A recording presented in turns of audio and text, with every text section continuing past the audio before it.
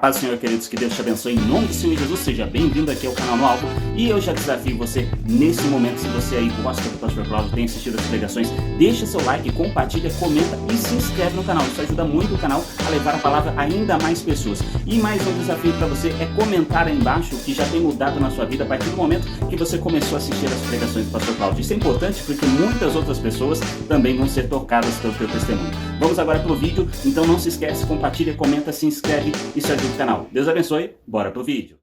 Eu quero só fazer uma reflexão com vocês hoje.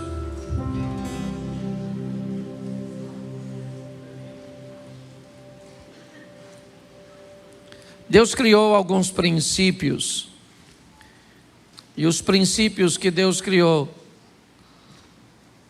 eles não podem ser quebrados.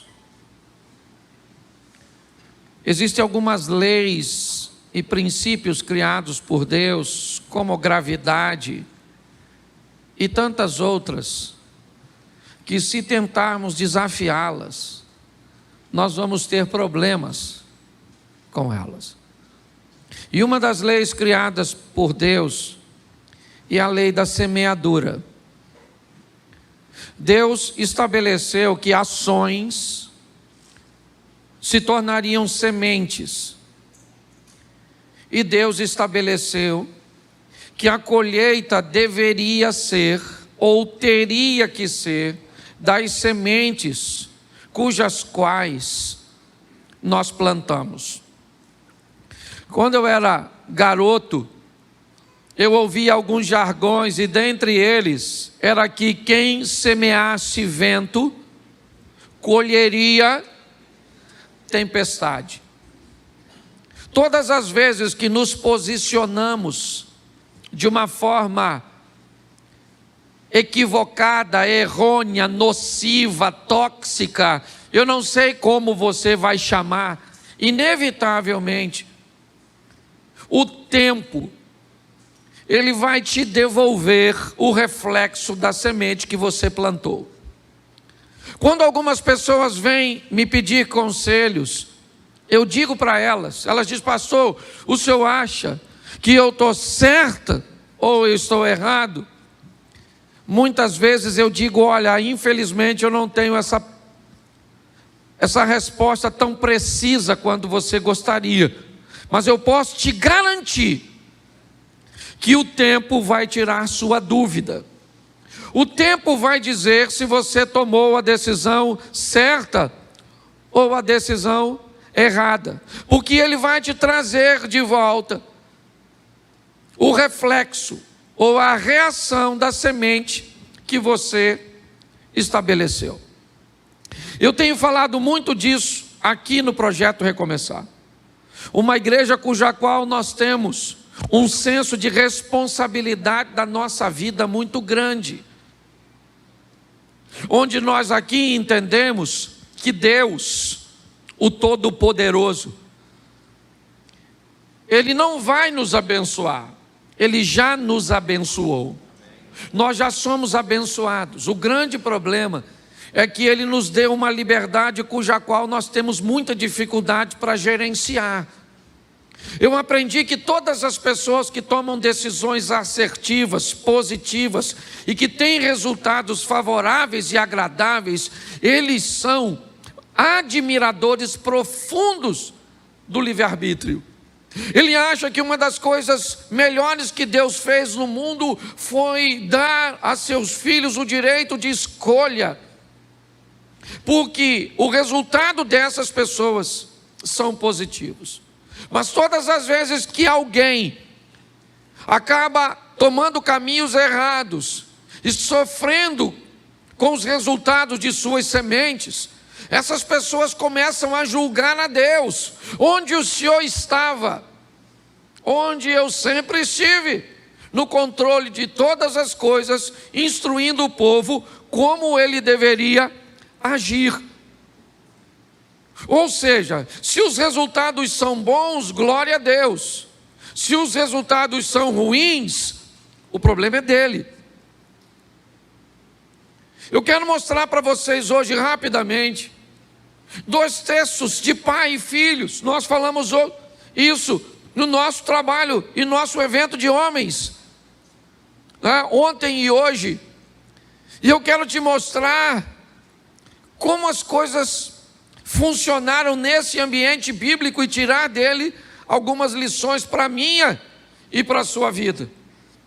2 Crônicas, capítulo 28. É a continuidade, né, da temática dos reis, ou da monarquia de Israel. São os cronistas narrando, né, ou repetindo algumas histórias um pouco mais detalhadas. E aqui a história de Acais. Acais tinha 20 anos de idade quando começou a reinar, e reinou 17 anos em Jerusalém. Ao contrário de Davi, seu predecessor, não fez o que o Senhor aprova.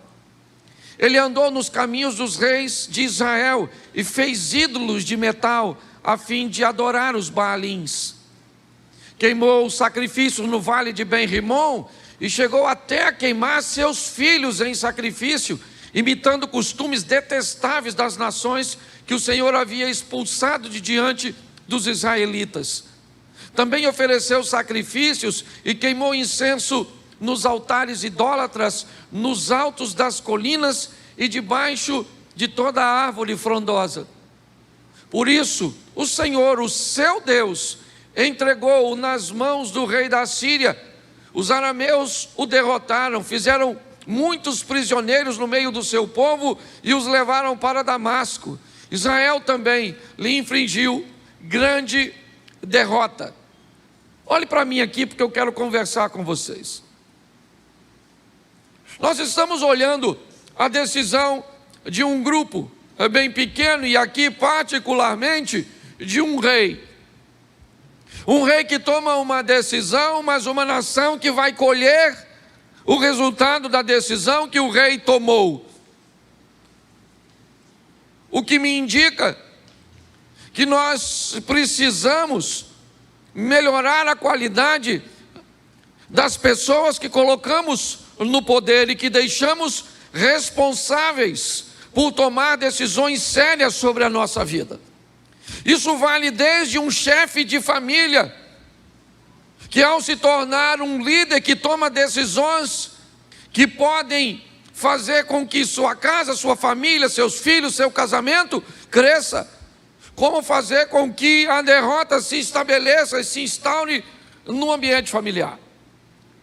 Isso pode ser usado e ser visto como um pastor que gerencia uma comunidade de fé, como um empresário que gerencia e administra um pequeno empreendimento ou grande, ou por que não dizer um ambiente político cujo qual se estabelece uma liderança sobre município, estado, certo? Sobre o país. O que nós estamos vendo é que Acais tinha 20 anos de idade quando ele começa a reinar em Jerusalém, e ele opta por fazer coisas ruins. E o texto diz que o resultado das decisões de Acabe sobrevém sobre o povo. A Síria vem com o seu poder forte, porque o rei, ao invés de adorar o Senhor, seu Deus, pois a Bíblia diz ali, ele faz uma aliança com Ben-Rimon, sabe, aquele mesmo Deus que o ex-leproso Naamã diz que nunca mais ia adorar, depois de ter conhecido Deus em Israel através de Eliseu. O rei de Israel olha e diz: já que eles estão ganhando, a Síria está ganhando, então eu vou trazer para cá e vou introduzir na minha vida a adoração a esse Deus. E isso traz um caos. Isso traz derrota, humilhação, escassez, tudo para o povo. Jerusalém está vivendo isso. E é debaixo disso que as coisas vão transicionar. Acais morre e seu filho Ezequias assume o governo. E agora o que Acais deixou de herança para Ezequias foi humilhação. Coloca para mim o primeiro versículo do capítulo 29, pois é lá que eu quero falar, mas eu precisava mostrar o pano de fundo.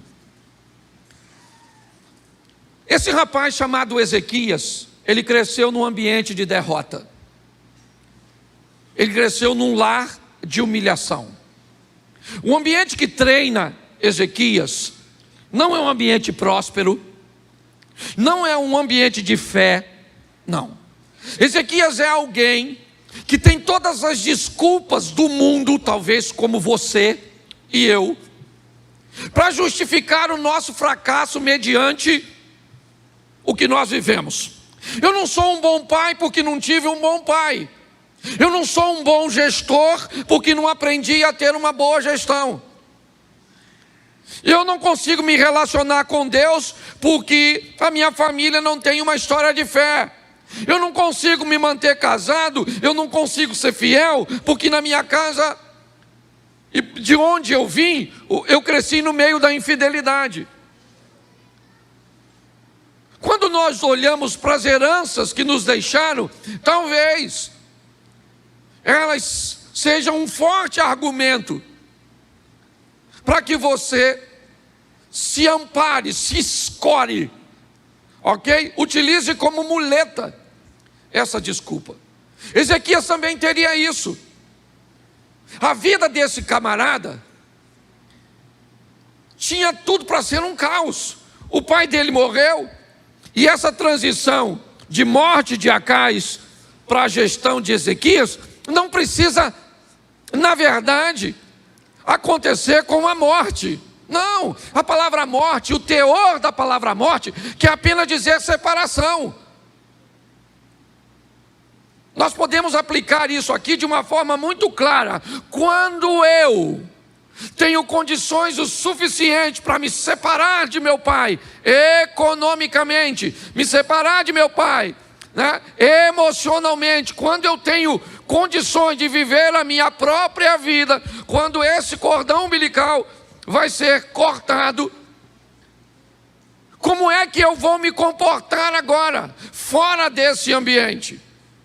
Me parece que é apenas isso. Aqui Acais morreu, de verdade. Ezequias assume o governo, e um governo da sua própria vida, porque seu pai não está lá mais para ver. E agora, como é que ele age mediante a isso? É isso que eu queria ver com vocês. Por quê? Porque quando eu era apenas um itinerante, eu saía daqui para pregar uma mensagem na Assembleia de Deus da Penha, do pastor Silas Malafaia. E depois eu voltava para casa. E o que eu preguei lá, o efeito na vida dos membros, eu não via. Aí no outro dia, eu saía para pregar na outra igreja, em outro estado, em outro local, em outra denominação.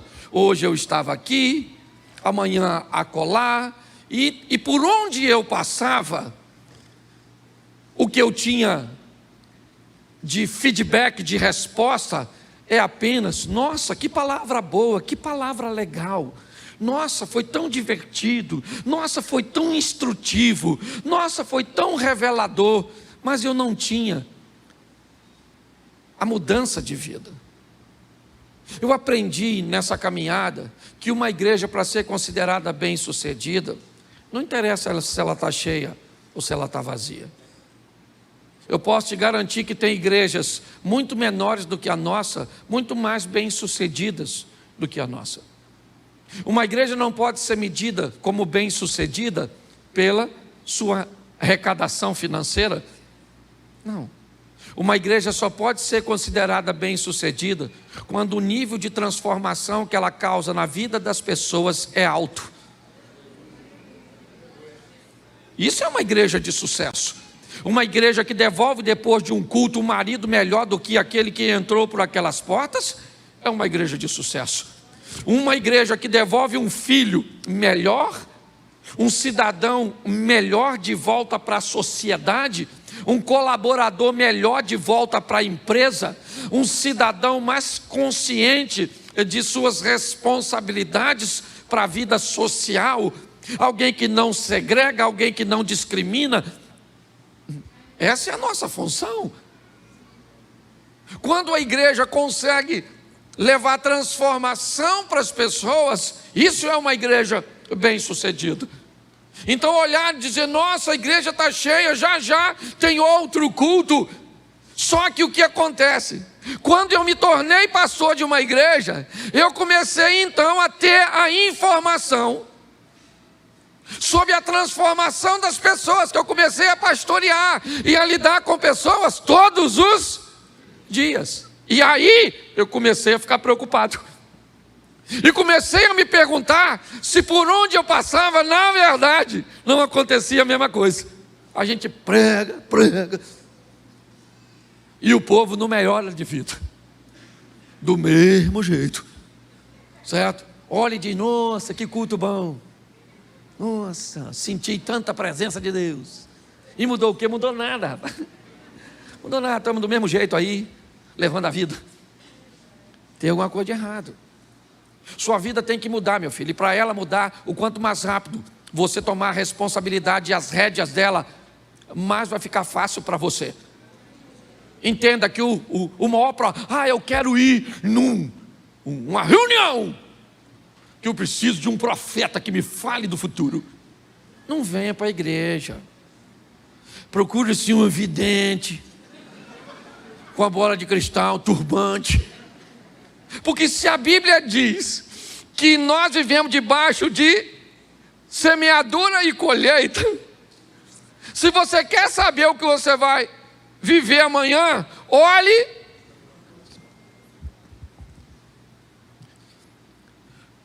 Você come muito hoje, emagrece ou engorda amanhã? Nossa, que revelação, agora virei profeta.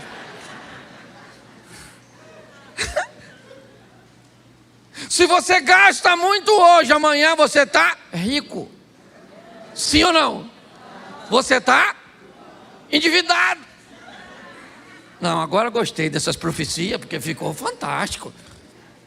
Porque tem gente cavando sua própria e botando a culpa no pobre, coitado do Satanás. Eu conheço gente que administra tão mal sua vida que o diabo não ousaria se aproximar de você. Ele diz, não, lá não, cara, o negócio já está ruim aqui. Eu ainda vou fazer uma visita a esse miserável, vai me pedir dinheiro emprestado. O devorador é ele, não sou eu. Você consegue entender? Está assim de gente, eu tenho falado isso direto, que entra no meu gabinete pastoral como vítima e sai como vilão. Vilão do casamento, vilão das finanças. E eu fico tentando achar onde o Satanás está aí. Não vejo. A pessoa está purinha, sozinha. Porque eu já falei isso aqui. Se tiver demônio, gente, é moleza. A gente chama os pastores, bota no meio, bota a mão na cabeça, faz o exorcismo. Sai, Satanás. A pessoa fica libertinha. Agora, se não tem o diabo, nós expulsa aqui. Sai de você mesmo, infeliz. Sai daí, deixa esse corpo. Não tem como. Você está rindo, mas o assunto é muito sério. Então o que eu quero te mostrar rapidamente é que esse rapaz, ele tem 25 anos de idade. 25 anos de idade. E ele chega num ambiente muito ruim, cercado por inimigos poderosíssimos, líder de um povo sem autoestima, sem autoimagem, sem poder de reação, e grande parte deles idólatras. Ezequias é alguém que vai conseguir sobreviver e retirar recursos de onde os recursos não têm ou não existem. Ele é um grande exemplo para mim. Por quê? Porque ele cresceu vendo uma coisa que ele não quer para a vida dele. E agora? Agora chegou a vez dele subir no palco da vida e protagonizar a sua própria história. Foi assim com você, foi assim comigo. Chega um momento que a vida pega você e diz assim, ó, vai embora. Seu pai já não tem mais tanto domínio sobre você. Outras pessoas, a não ser que você deixe. Algumas pessoas são tão subjugadas em seus lados de formação, que quando chegam a hora delas tomarem decisões, elas não conseguem. Ficam retraídas, preocupadas em tomar decisões e enfrentar críticas. Vamos onde? Eu não escolho o local onde vamos, porque vai que quando eu chego lá, o lugar está ruim. E aí você vai dizer, por que você me trouxe? Eu não escolho de que jeito fica, por quê? Porque se alguém chegar depois e disser que esse contrabaixo não ficou bom aqui, ele é feio, todo mundo vai descobrir que ele só está ali porque eu decidi que ele estaria. Quando pessoas recebem uma formação desse tipo, elas chegam deformadas para decidirem, para subir no palco. Pessoas indecisas, preocupadas com o que os outros vão pensar, o que os outros vão falar, nunca escolhe nada, não tem poder de reação, são pessoas apáticas. E pior, quando algo é bem feito, essas pessoas se tornam sabotadoras, críticas de coisas que são excelentes, mas como não foi ela que resolveu e que fez, ficou feio. É assim que funciona. Famílias e pessoas estão sendo preparadas para viver. Esse camarada está aí, ó, 25 anos de idade, começou a reinar e 29 anos reinou em Jerusalém. O nome de sua mãe era Abia, filha de verso 2. E ele fez o que o Senhor, tal como tinha feito. Quem era o pai dele? Mexa na memória aí, ó, rapidinho. Quem era o pai dele? E a Bíblia está dizendo que ele fez o que? Davi. O pai dele era ruim, sim ou não? Sim ou não? E Davi era bom? Ele pegou o exemplo de quem? Porque Davi era? Porque quem escolhe a herança é quem toma posse dela. É você que escolhe. Uma herança só se torna, não interessa quem deixou. O que foi que sua mãe deixou de herança por ser um câncer que já matou a família dela toda? O que foi? Uma diabetes. Nossa, pastor. Tinha um tio que perdeu o pé, o outro perdeu a perna, o outro perdeu as duas. Que desgraça é essa? Pare e pense. Chegou a sua hora de viver a sua vida. A decisão é sua. O que o pai dele deixou de herança para ele é ruim, e ele disse, isso não é para mim, eu quero outra coisa. Esse cara vai mudar a vida dele, muito mais do que a vida dele. Ele vai mudar a vida da sua família, ele vai mudar a vida da sua nação. Porque ele, bota o verso 10 para a gente adiantar, porque esse primeiro culto é rapidinho. Pretendo, em algumas traduções está escrito assim, ó, agora estou resolvido. Quem está com essa tradução aí? Você não tem nem Bíblia? Desculpa. Em algumas traduções, agora eu estou resolvido. Agora eu resolvi que eu vou ser casado para sempre. Agora eu resolvi que eu vou mudar minha vida com Deus. Agora eu resolvi que eu vou orar. Agora eu estou resolvido. Porque quem resolve muda de vida. E quem está na dúvida, deixa para o próximo culto. A vida desse camarada vai mudar, né? Melhorou, isso aqui é outra tradução. Agora me tem vindo o coração. Agora eu estou gente, quando você decide, as coisas mudam. Mas eu aprendi uma coisa. Às vezes nós somos muito bons para resolver e para decidir coisa ruim. Você quer ver? Se alguém te faz mal, você fala assim, a partir de hoje risquei você do meu caderno. A pessoa saiu do seu caderno quando? Naquele dia.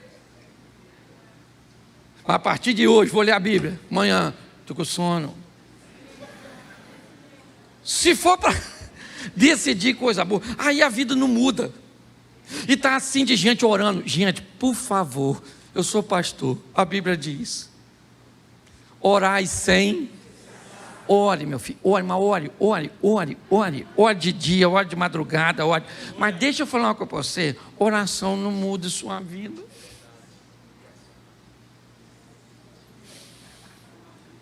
E sabe o que é pior? Quando você ora muito e vê o outro se dando bem, orando menos que tu. Dá uma raiva dele, dá uma raiva de Deus, dá uma raiva de todo mundo. Fica com raiva até do diabo que nem ora. Porque não é oração que muda a sua vida, é ação, é atitude. Você está entendendo? O que vai mudar a sua vida é o que você faz e não o que você fala. Esse dia eu estava num evento, achei muito legal o cara falar que é importante você lançar palavras para o seu futuro, porque as palavras são poderosas e mudam o seu futuro. Mas a minha cabeça pensou: eu mudo. O mudo se lascou nessa.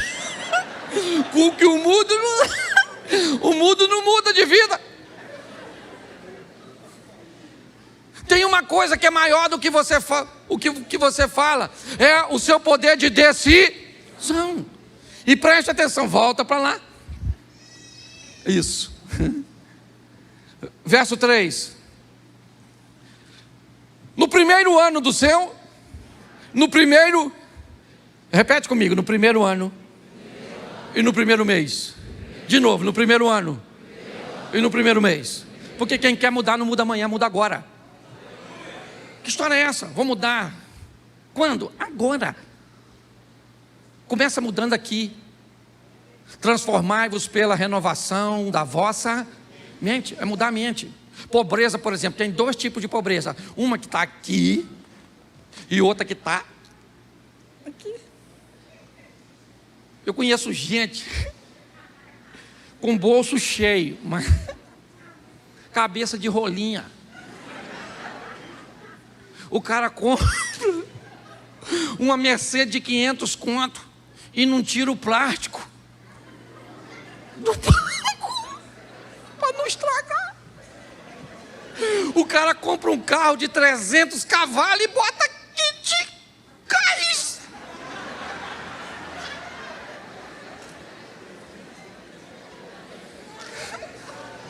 Você perdeu o ânimo de pregar? O bolso dele está cheio, sim ou não?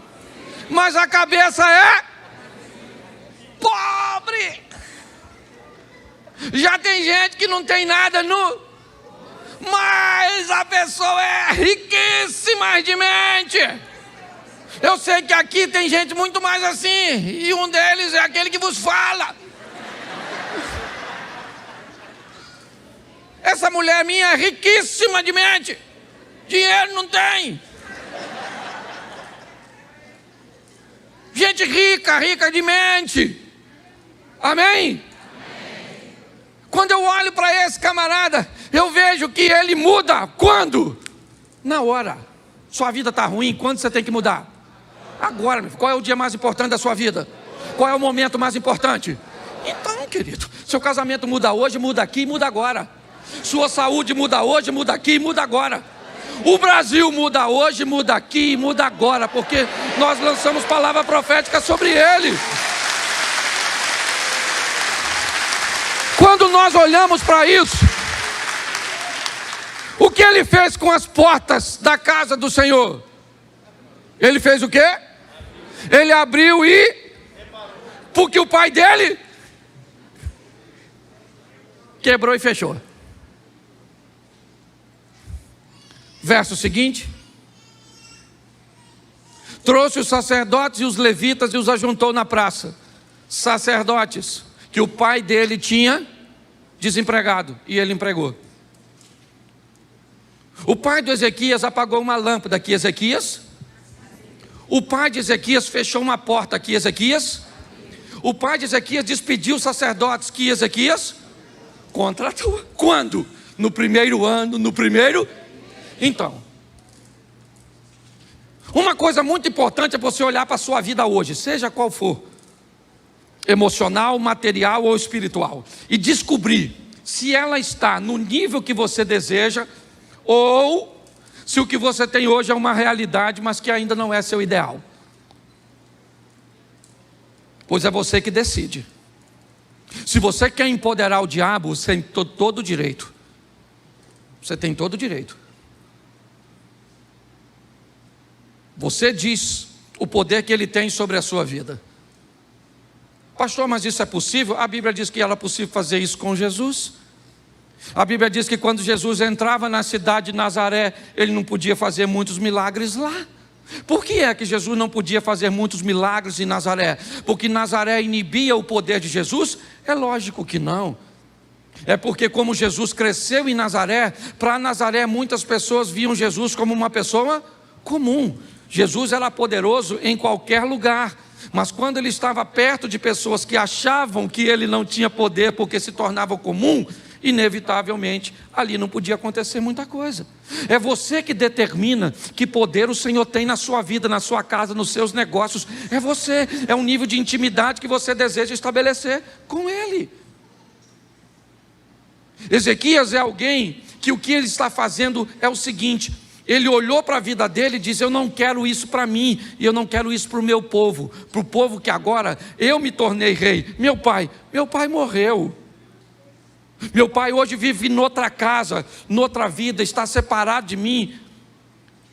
Sabe? Hoje eu peguei agora e estou vivendo a minha vida, mesmo que eu more ainda embaixo do mesmo teto, mas chegou a hora de eu assumir a minha responsabilidade. E é isso que ele está fazendo. Ele está fazendo o oposto. Coloca aí, depois você lê em casa, não dá para ler tudo, verso 5. Olha o que ele está dizendo, levitas, ouve levitas. Ó levitas, santificai-vos agora, santificai a casa do Senhor, Deus de vossos, e tirai do santuário, isso, quem levou para o santuário a imundícia? Os pais.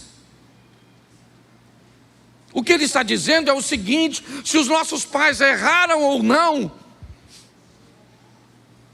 seria bom se eles tivessem acertado. Talvez o acerto dele me colocasse numa vantagem, mas isso não foi verdade. Eu cresci numa família disfuncional. Eu cresci num ambiente que não foi tão favorável. Tá bom, querido, tá legal. Você viveu num ambiente de escassez, num ambiente de violência doméstica, num ambiente de abuso sexual. E tá bom. A gente já sabe disso. Isso não é um privilégio só seu, não. Só que passou.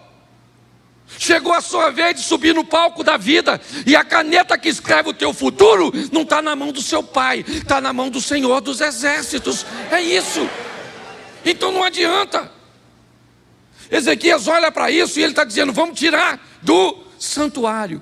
Vamos para o Novo Testamento para ficar fácil de colocar isso. Deus não habita em templo feito por mãos de...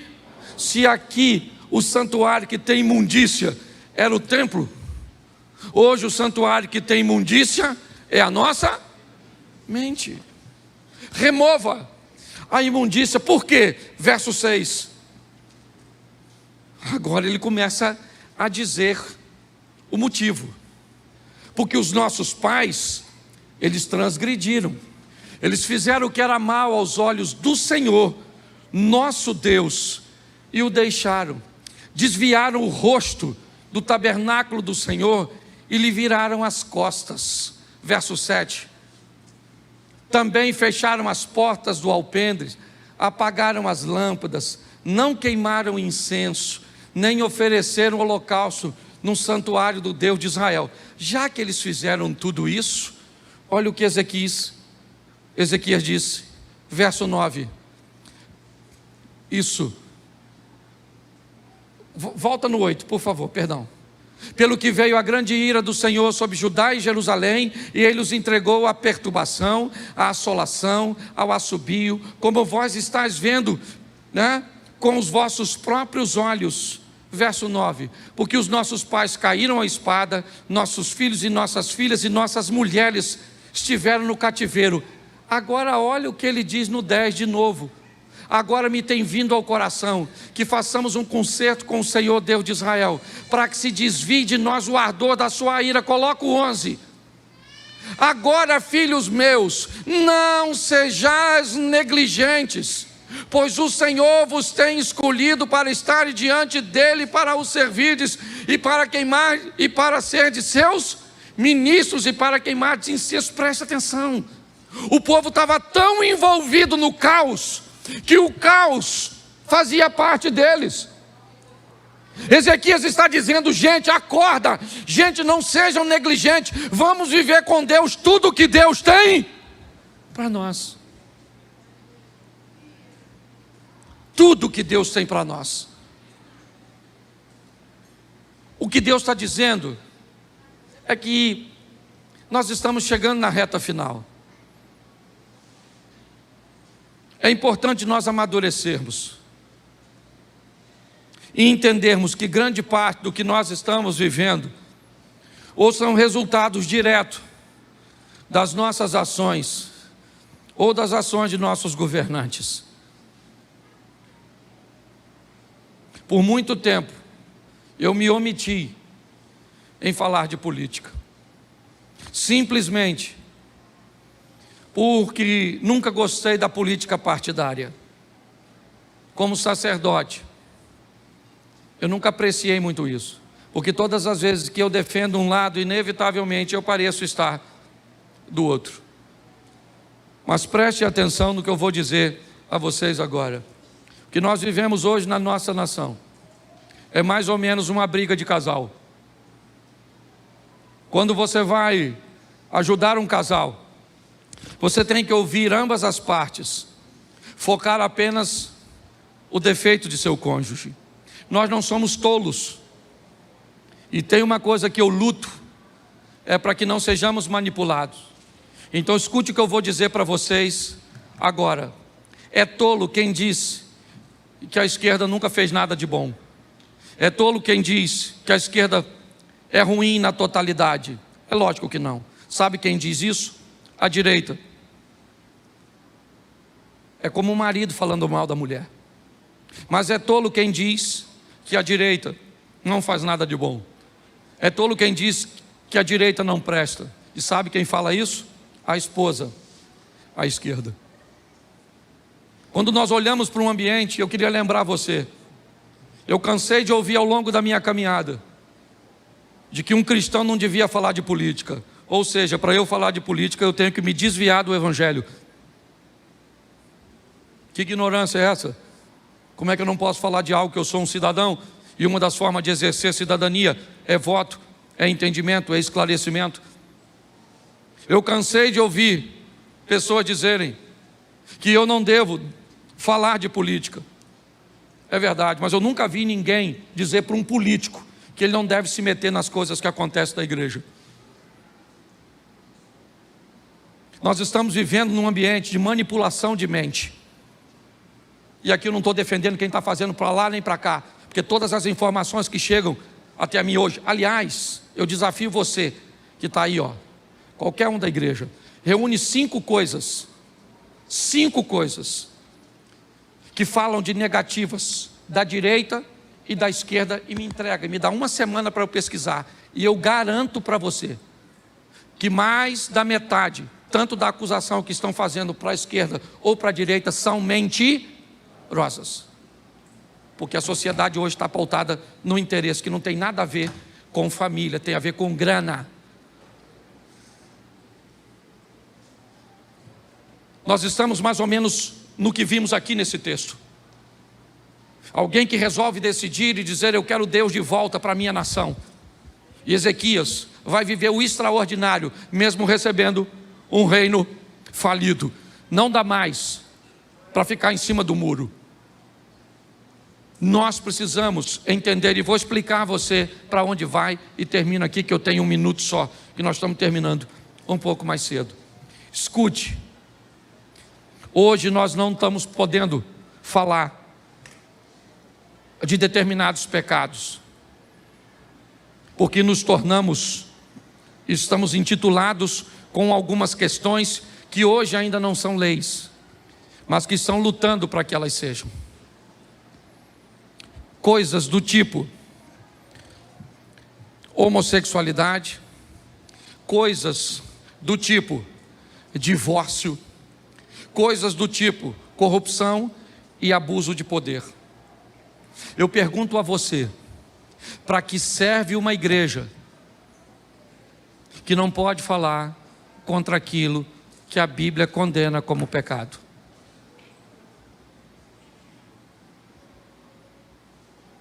Pare e pense. Não estou colocando você contra nada. O que eu quero é que você raciocine. O que eu quero é um país. Eu amo minha nação. Eu amo.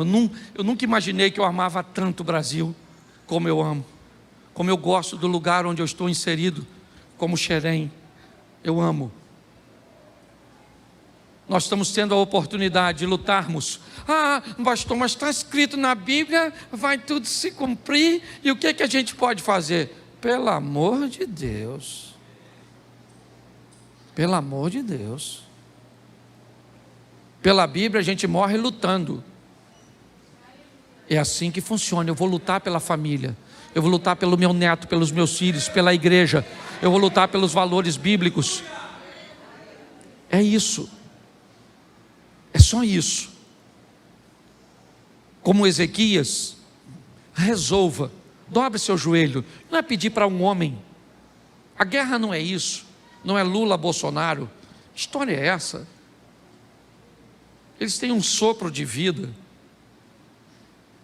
Estou vendo pessoas que deixaram de falar umas com as outras por causa disso. Não quero saber se é um ou se é o outro. O que eu quero saber, eu quero andar tranquilo na rua. O que eu quero saber é de precisar levar alguém que passou mal para um posto de saúde, ter atendimento. Saber que nossos filhos estão sendo criados num ambiente de ensino saudável. É isso. E eu sei que você também quer isso. Então não vamos dar ouvido para essas situações, não. Eu acho que a gente precisa fazer as nossas manifestações pacíficas, sim. E aqui eu tenho gente de esquerda. Não vou pedir para você levantar a mão, não. Mas eu sei que tem. E não precisa ir embora, não, porque aqui a gente dá liberdade para você. Porque é seu direito. E ninguém pode cercear isso. Nós precisamos entender isso e amadurecer. Por quê? Porque a nossa família é o futuro. Olhe para os países onde a igreja foi erradicada. Se você tem filho, quem aqui está intencionado? Se você tivesse intencionado, tem um filho e quer que ele estude, você quer que ele estude onde? Na Venezuela? Em Cuba? Na China? Na Coreia do Norte? No Canadá você gostaria? Nos Estados Unidos gostaria? Na Inglaterra gostaria? Esse dia uma garotinha falou, pastor, eu quero direitos iguais, socialismo, bolsa da Louis Vuitton e smartphone, Apple. Eu olhei, 25 mil na mãozinha dela, 15 da bolsa, do smartphone. Eu falei, garotinha, nossa, seu discurso não condiz. Mas eu quero dizer e quero terminar aqui. O nosso país, fale quem quiser, a sentença é nossa, porque nós somos a igreja, e a Bíblia diz que o que a igreja liga na terra é ligado no céu. Então fica de pé, porque o nosso país pertence a Jesus. Isso.